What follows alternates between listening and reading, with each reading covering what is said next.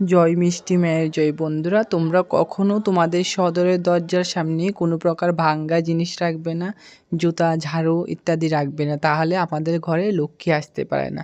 আর যারা নিজের সদরের দরজাটাকে নোংরা করে রাখে তাদের ঘরে দেখবে কোনো সময় আর্থিক উন্নতি হবে না। কারণ যদি সদরের দরজা নোংরা থাকে তাহলে কিন্তু আমাদের লক্ষ্মী দেবী আমাদের ঘরে আসতে পারে না।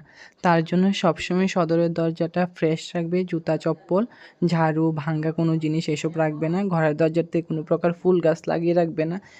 তারপর ঘরের দরজাটা একদম পরিষ্কার ক্লিন রাখবে। আর সন্ধ্যার সময় তো একদম পরিষ্কার পরিচ্ছন্ন করে তোমরা সন্ধ্যা দেবে, যাতে করে দেবী লক্ষ্মীর কৃপা দৃষ্টি হয়। কেননা ত্রিসন্ধ্যাকালটা আমাদের জন্য অনেক ভালো।